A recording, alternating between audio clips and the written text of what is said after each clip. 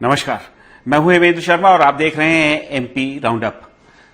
Bharatiya Janata party ने मध्य प्रदेश की 29 लोकसभा सीटों में से 24 सीटों के लिए अपने उम्मीदवारों की घोषणा कर दी है और इन 24 सीटों के लिए जो उम्मीदवारों की घोषणा की गई है, इनमें से सबसे अधिक चर्चा 2 सीटों के उम्मीदवारों की हो रही है और सबसे अधिक चर्चा अगर कहें तो हो रही है गुना शिवपुरी से भारतीय जनता पार्टी के कैंडिडेट जो कि यूनियन मिनिस्टर हैं ज्योतिरादित्य सिंधिया की।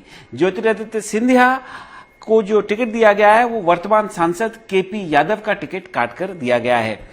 ज्योतिरादित्य सिंधिया इसी सीट पर 2019 के लोकसभा चुनाव में केपी यादव से 1.25 लाख वोटों से चुनाव हारे थे। उस समय सिंधिया कांग्रेस पार्टी में थे। केपी यादव जो पहले कांग्रेस पार्टी में हुआ करते थे किसी समय, वो भारतीय जनता पार्टी से चुनाव लड़े थे और उन्होंने सिंधिया को चुनाव हराया था। दूसरा टिकट जिस पर चर्चा हो रही है वो है विदिशा का, जहां पर भारतीय जनता पार्टी ने पूर्व मुख्यमंत्री जो अभी 2023 के चुनावों तक मध्य प्रदेश में भारतीय जनता पार्टी की तरफ से मुख्यमंत्री पद को संभाल रहे थे, शिवराज सिंह चौहान, उनको अपना उम्मीदवार बनाया है। और एक और सीट जिसकी चर्चा हो रही है और जिस पर भारतीय जनता पार्टी ने अपना टिकट अभी घोषित नहीं किया, उम्मीदवार का नाम नहीं बताया, वो है छिंदवाड़ा की सीट।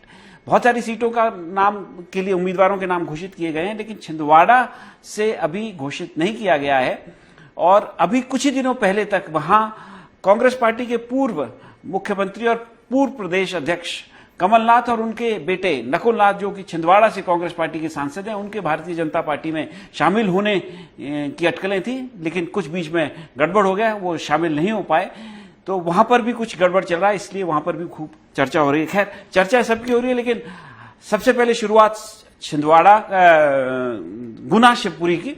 ज्योतिरादित्य सिंधिया को टिकट दिया गया है और चर्चा करने के लिए हमारे साथ मौजूद है सीनियर जर्नलिस्ट अरुण दीक्षित जी। सर, तीनों की, छिंदवाड़ा की भी बात करेंगे, विदिशा की भी बात करेंगे, लेकिन सबसे ज्यादा जो चर्चा हो रही है, सबसे इंपॉर्टेंट जो टिकट माना जा रहा है वो है ज्योतिरादित्य सिंधिया का। ज्योतिरादित्य सिंधिया यूनियन मिनिस्टर हैं, अभी 3 साल उनके राज्यसभा में शेष हैं। वो भारतीय जनता पार्टी से राज्यसभा के उम्मीदवार बनाए गए हैं। केपी यादव जो सिटिंग सांसद थे, उनका टिकट काटकर उनको टिकट दिया गया है और केपी यादव ने ही सिंधिया को 1.25 लाख वोट से 2019 में चुनाव हराया था। कैसे आप इस पूरी टिकट डिस्ट्रीब्यूशन को देखते हैं और क्यों सिंधिया जी को ये टिकट जो है भारतीय जनता पार्टी ने मैदान में उतारा? क्या उनके लिए कोई special plans Bharatiya Janata party में नजर आ रहे हैं आपको? नहीं, मुझे ऐसा लगता है कि सिंधिया जी को वापस गुना लाना, उनकी वो खोई हुई प्रतिष्ठा, चूंकि सिंधिया जी अगर गुना नहीं हारे होते तो आज जहां वहां नहीं होते, तो लोकसभा में होते कांग्रेस के प्रत्याशी के तौर पर, ना फिर राज्यसभा का झगड़ा नहीं होता तो कमलनाथ की सरकार नहीं जाती। तो पूरा खेल जो है, ऐसे दुनिया गोल है, सर्कल बना है। जहां से शुरुआत हुई 19 के चुनाव में हारने के बाद सिंधिया और कमलनाथ के मतभेद सामने आए और उसके बाद फिर वो हालत बने कि उन्होंने सरकार गिराई और वो बीजेपी में गए। उसके बाद उन्हें राज्यसभा मिली और फिर वही घर मिला दिल्ली में जो उन्हें छोड़ना पड़ा था। तो ये है। दूसरी जो असल बात है वो ये है कि गुना शिवपुरी उनकी पुश्तैनी सीट है। उनकी दादी मां, उनके पिता वहां से लोकसभा के सदस्य रहे थे और खुद वो भी। तो ये जब आपको याद होगा प्रभात झा ने शुरू किया था सिंधिया के खिलाफ अभियान और कहा था कि सिंधिया का एनकाउंटर शुरू होता है अब, ये कह के उन्होंने शब्द का इस्तेमाल किया था और उसके बाद जो मुहिम चलाई थी, तो एक जमाने में उन्हीं के सहयोगी थे, उनके स्टाफ में थे या उनके प्रतिनिधि थे कृष्णपाल सिंह यादव जी। केपी यादव बोलते हैं सर, आप कृष्णपाल यादव बोले, कोई विशेष कारण के पूरा नाम आप उनका ले रहे हैं? नहीं, वो भी बताऊंगा, अभी इस पर ही आएगी, क्योंकि जो बात आपने कही है इसकी, कृष्णपाल यादव पूरा नाम इसलिए क्योंकि तो केपी सिंह कहे जाते हैं वो, लेकिन कृष्णपाल सिंह यादव उनका नाम है। तो जो सबसे बड़ी चीज आई कि सिंधिया का वो अपमान जी, 1.25 लाख वोट से उनका हारना जी, तो उसमें किसका किसका क्या क्या योगदान था वो देखना पड़ेगा, क्योंकि उसको समझना बड़ा कठिन है। लेकिन सिंधिया हारे और सिंधिया के साथ जो कुछ उसके बाद हुआ वो सबने देखा। तो अब एक बार सिंधिया गुना से फिर लौटकर अपनी वो खोई हुई प्रतिष्ठा हासिल करना चाहते हैं। तो सर, भारतीय जनता पार्टी मदद कर रही है सिंधिया जी को उनकी प्रतिष्ठा वापस दिलाने में। क्योंकि एक सवाल ये भी बनता है कि केपी यादव जिन्होंने 2019 में सिंधिया को 1.25 लाख वोटों से हराया, उस समय सिंधिया कांग्रेस पार्टी के बड़ा चेहरा थे। उससे पहले 2018 का जो चुनाव हुआ था, सिंधिया एक चेहरा के तौर पर भारतीय जनता पार्टी के खिलाफ कांग्रेस पार्टी ने प्रेजेंट किया कैंपेन कमेटी के चेयरमैन थे और दोनों ही चेहरों को प्रेजेंट किया था, कमलनाथ और सिंधिया जी के कांग्रेस पार्टी ने। तो उस समय वो चुनाव जिसको केपी यादव ने चुनाव हराया था, क्या 2023 में वो चुनाव नहीं जीत सकते थे? 24 में तो वो चुनाव नहीं जीत सकते शिवपुरी से। हेमंत जी, आज नरेंद्र मोदी के नेतृत्व में बीजेपी जिस तेजी से और जितनी सघनता से अपना कैंपेन चला रही है और जिस शैली में चला रही है, क्योंकि राजनीति के सारे मापदंड सब ध्वस्त हो चुके हैं। जो कुछ हो रहा है बस एक मुहिम के तहत है कि सबको खत्म करना है। तो उस मुहिम में किसी को भी कहीं खड़ा कर दीजिए आप, तो जब 19 में जीत सकते हैं तो 23 तो और आसान है, क्योंकि 18 में तो बीजेपी 113 सीटें जीती, 110 सीटें या 9 सीटें जीती थी, और अब तो 163 सीटें उसके पास है। तो आसान बहुत है, पर जो गेम है वो गेम यह है कि एक तो सिंधिया का जो सम्मान गया था, सिंधिया जी पर जो सवाल उठे, सिंधिया का उस इलाके से जो जुड़ाव था, पूरा इलाके में सिंधिया बिखरे पड़े हैं, पूरा गुना शिवपुरी के इलाके में गांव-गांव सिंधिया की पहचान है, मौजूदगी है। तो वो जो है वो वापस लाना ये एक सामने दिखता है। अच्छा सर, इस 2 सवाल और हैं इसके पहले कि हम विदिशा की बात करें। एक नंबर एक ये कि क्या ये प्रतिष्ठा जो फिर से वापस दिलानी है, क्या ये सिर्फ लोकसभा सीट तक ही सीमित है या इसके आगे भी कुछ मध्य प्रदेश की राजनीति में चेंज हो सकता है? देखिए, मध्य प्रदेश की राजनीति में चेंज हो या ना हो, लेकिन एक चीज और है, वो है कि नरेंद्र मोदी जी ने क्या सोचा है जी, उसे कोई नहीं जानता। एक बात और है, आप देखिए, मोहन यादव मध्य प्रदेश के मुख्यमंत्री हैं जी। उनको यादवों का प्रतिनिधि बनाकर पटना और उत्तर प्रदेश में यादव श्रोमणी बना के भेजा जा रहा है, उस पर बीजेपी पूरा जोर दे रही है। लेकिन कृष्णपाल सिंह यादव, उनका वध कर दिया गया जी, राजनीतिक को बनाया गया। मोहन की आड़ में यादवों का सम्मान और उसकी बात हो रही है, लेकिन कृष्णपाल सिंह यादव का राजनीतिक वध कर दिया गया है, उस पर कोई बात नहीं कर रहा। तो कोई भी, मतलब ये भी बड़ी बात है कि वो भी यादव और ये भी यादव है। तो इसी से जुड़ा हुआ मेरा सर अगला सवाल है, क्योंकि यादव समाज का जो है बहुत अच्छा खासा वोट ग्वालियर गुना शिवपुरी में राव देशराज सिंह यादव वहां से बड़े पुराने। तो क्या यादव समाज के लोग इसको केपी यादव को हटाया जाने को अन्यथा लेंगे, या Mohan Yadav already chief minister बनाए गए हैं तो वहां पे कोई फर्क नहीं पड़ेगा? नहीं, ऐसा नहीं है। मोहन यादव उज्जैन के हैं, अभी तक वो उज्जैन में ही है जी। अच्छी, उज्जैन से बाहर नहीं निकले हैं। और केपी यादव उस पूरे इलाके के आपने भी देखा है, केपी यादव को इस इलाके ने सपोर्ट किया था। तो ये आप समझ लीजिए कि ये चोट जो है, ठीक है, कांग्रेस इस स्थिति में नहीं है कि वो पूछ सके भाई एक यादव को ताज दे दिया और दूसरे का जो है राजनीतिक हत्या कर दी, ये क्या है? तो अब भाई ये तो हो नहीं सकता कि कृष्णपाल सिंह यादव जो है राज्यसभा में जाएंगे महाराज की जगह, ये भी नहीं हो रहा है, उनके लिए वो जगह नहीं है। या तो एक यादव को इस्तेमाल करके छोड़ दिया, दूसरे यादव को भी इस्तेमाल नहीं करेंगे, इसकी गारंटी अभी कोई नहीं दे सकता। और सर, क्या केपी यादव जो है, आपको क्या लगता है कि वो भारतीय जनता पार्टी में टिकट नहीं बनने के बाद एक अनुशासित सिपाही की तरह जो पार्टी बोलेगी काम करेगी, या वो भी अपने पॉलिटिकल फॉर्च्यून्स कहीं और ढूंढ सकती है, कांग्रेस में ढूंढ सकती है? वो पॉलिटिकल फॉर्च्यून ढूंढते ढूंढते तो वो बीजेपी में आए थे कांग्रेस से जी। वापस भी जा सकते हैं, कहीं भी जा सकते हैं। हो सकता है कि समाजवादी पार्टी उन्हें अपना प्रत्याशी बना दे, एक सीट दे दी जाए उसको, क्योंकि इंडिया गठबंधन में कुछ भी वो भी बड़ी बात होगी ना। हाँ जी, उसका फायदा भी कांग्रेस को मिलेगा कि वो इनके गठबंधन ने यादव को उतारा है। अच्छा सर, अब बात कर लेते हैं विदिशा की। विदिशा से अभी शिवराज सिंह चौहान को भारतीय जनता पार्टी ने उम्मीदवार बनाया। विदिशा पहले अटल बिहारी वाजपेयी ने रिप्रेजेंट किया, former prime minister of India, Sushma Swaraj ji ने रिप्रेजेंट किया, और इन्होंने स्वयं भी किया है, शिवराज सिंह चौहान ने, रामनाथ गोयनका ने भी किया। तो ये बहुत वीआईपी बड़ी कॉन्स्टिट्यूंसी मानी जाती है। एक स्टेज पे जो ये कहा जा रहा था कि मुख्यमंत्री नहीं बनाकर के शिवराज सिंह चौहान की जो पॉलिटिक्स है उसको विराम लगाया है केंद्रीय नेतृत्व ने। अब एक इतनी आसान सीट उनको दे दी है, इसको आप कैसे देखते हैं? कोई वहां से तो प्रूव करने का कोई सवाल ही नहीं है, विदिशा में तो केक वॉक है। ये हेमेंद्र जी प्रथम दृष्टया है। आप याद करो 13 दिसंबर से लेके 13 मार्च आने वाला है, अब तक पिछले कुछ दिनों से शांत है, लेकिन शिवराज सिंह चौहान लगातार बातें करते रहे। उन्होंने कहा कि मैं इलेक्टेड हूं, रिजेक्टेड नहीं हूं, सारी बातें की, बहनों के बीच गए, लगातार बोले हैं।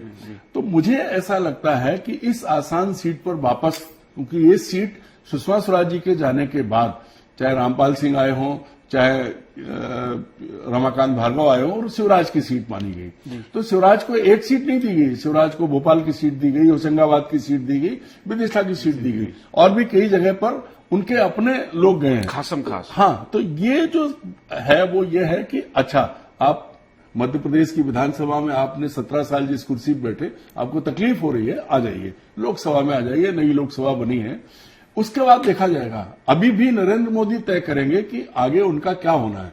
लेकिन वही बात कही कि किसका भविष्य राजनीति में कब कहां जाएगा, अगर इतिहास देखें तो अटल जी ने जो है विदिशा से चुनाव लड़ने के बाद, विदिशा और लखनऊ से एक साथ लड़े थे, विदिशा छोड़ा था, और फिर वो लोकसभा में प्रधानमंत्री, सदन के नेता बने, प्रधानमंत्री बने। तो अभी समय है शिवराज सिंह चौहान के पास। ये भी संभव है कि कल को बीजेपी में बदलाव हो, नरेंद्र मोदी का सिक्का कमजोर हो, तो शिवराज सिंह चौहान अटल जी के उत्तराधिकारी वास्तव में बन जाए, विदिशा लोकसभा ही नहीं, विधानसभा, प्रधानमंत्री की कुर्सी तक पहुंच जाए। कुछ भी हो सकता है। लेकिन अभी जो प्रथम पॉलिटिकल रिहेबिलिटेशन, इसको आप देख रहे हैं? नहीं, पॉलिटिकल रिहेबिलिटेशन नहीं, अभी तो रास्ते से हटाया है। अभी मोहन यादव का रास्ता क्लियर किया गया है, क्योंकि लगातार यहां जो बातचीत हो रही थी, पर वो दूसरा पहलू वो है सिक्के का कि वो वहां तक जा सकते हैं। और पार्टी के अंदर जो स्थिति है बीजेपी में, कब क्या बदलाव होगा कुछ नहीं कह सकते, कौन आ जाए क्या कहा जा सकता है। सर, अब हम वो सीट्स डिस्कस करेंगे जहां बीजेपी ने टिकट नहीं डिक्लेयर किया, छिंदवाड़ा। लेकिन उससे पहले एक मैं आपसे पूछना चाहता हूं कि एक और कैंडिडेट, राम की वेव चल रही है, और बीजेपी राम के नाम पर वोट लेने की कोशिश, आज भी मध्य प्रदेश का सारा कैबिनेट जो है अयोध्या में राम मंदिर दर्शन करने गए हैं। लेकिन एक मध्य प्रदेश की पूर्व मुख्यमंत्री जिन्होंने राम मंदिर मूवमेंट में बहुत बड़ा योगदान दिया, उनका नाम टिकट्स में नहीं, लिस्ट में नहीं है, उमा भारती। उनका नाम तो हेमेंद्र जी राजनीति में ही नहीं है बीजेपी की। बीजेपी की राजनीति में ही उनका नाम नहीं है अब कहीं, किसी स्तर पर। नरेंद्र मोदी ने अपनी कैबिनेट में लिया था, उसके बाद से जब बाहर हुई हैं तो उसके बाद उमा भारती कहीं नहीं है।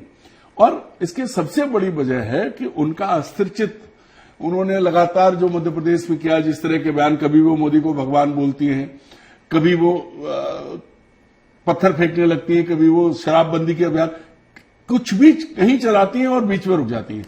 और उमा भारती हैं इसलिए कम लोधी समुदाय की नेता ज्यादा बन के रही, और यही माना जाता था।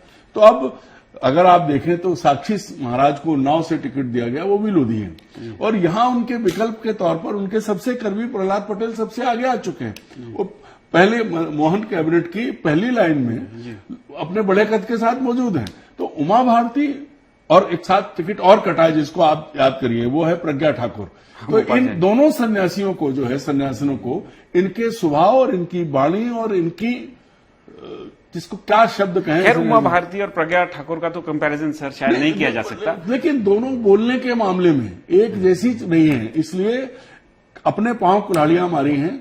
प्रज्ञा ठाकुर ने तो राष्ट्रपिता के खिलाफ वो तो कुछ भी कर रही है, अभी भी बोल रही है। लेकिन उमा भारती ने खैर इस तरह की शायद बयानबाजी नहीं की। उमा भारती बोली, और उमा भारती ने अपना नुकसान खुद किया। उमा भारती अपनी वजह से, अगर उमा भारती एक अभियान अगर उन्होंने शराबबंदी चलाया था शिवराज सिंह सरकार में के खिलाफ, तो अगर उस पर कायम रहती। हुआ ये कि इन्होंने कहा कि बस आहते बंद हुए, जबकि दुकानें डबल हो गई।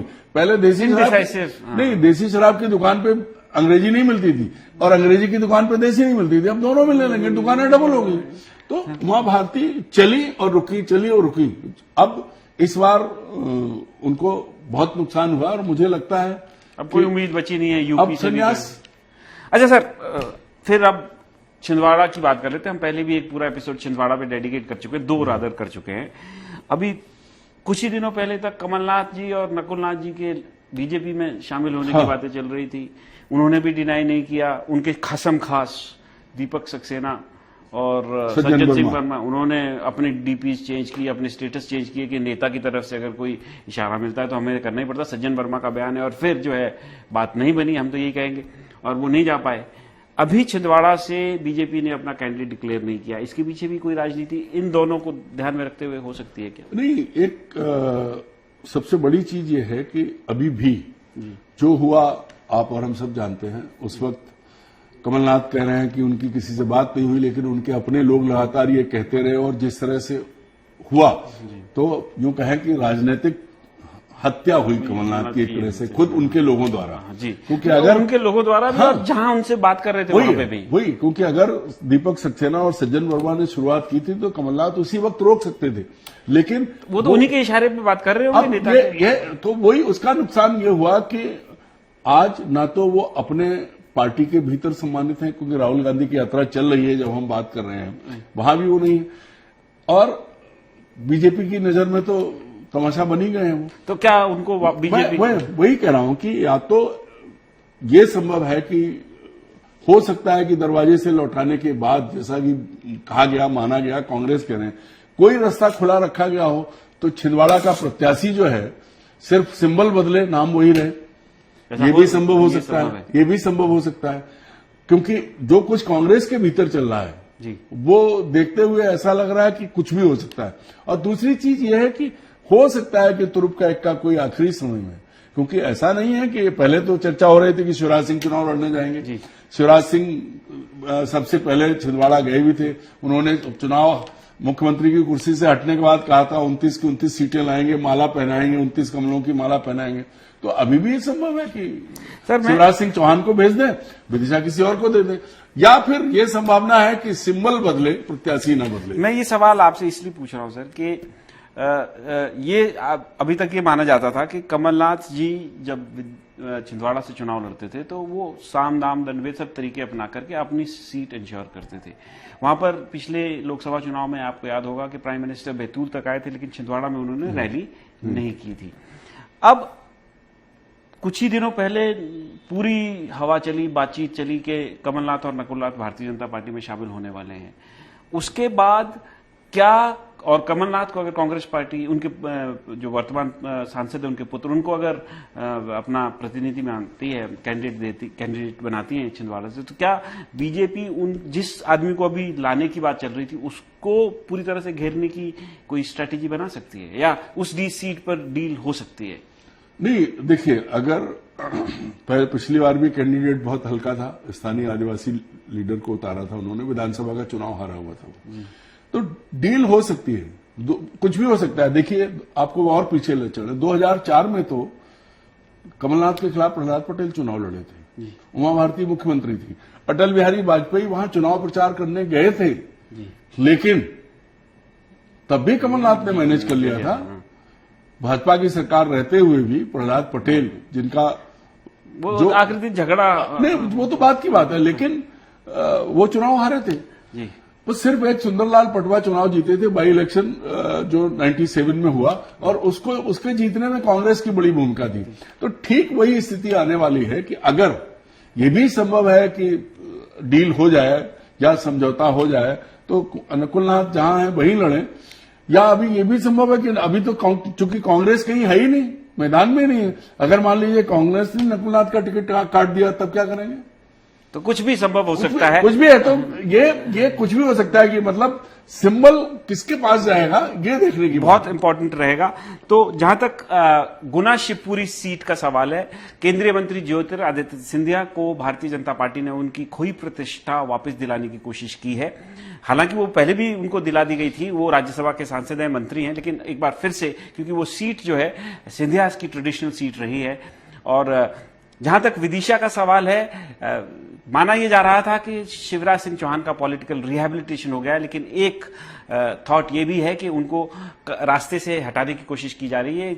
मोहन यादव का रास्ता साफ करने का एक ये अटेम्प्ट है। और जहां तक छिंदवाड़ा का सवाल है, वहां अभी टिकट भारतीय जनता पार्टी ने डिक्लेयर नहीं किया है, बहुत समय है, राजनीति में कुछ भी हो सकता है, और यह भी हो सकता है कि केवल पार्टी का सिंबल बदले, कैंडिडेट वही रहे। एमपी राउंडअप में आज सिर्फ इतना ही, कल फिर मुलाकात होगी, तब तक के लिए थैंक यू, गुड बाय।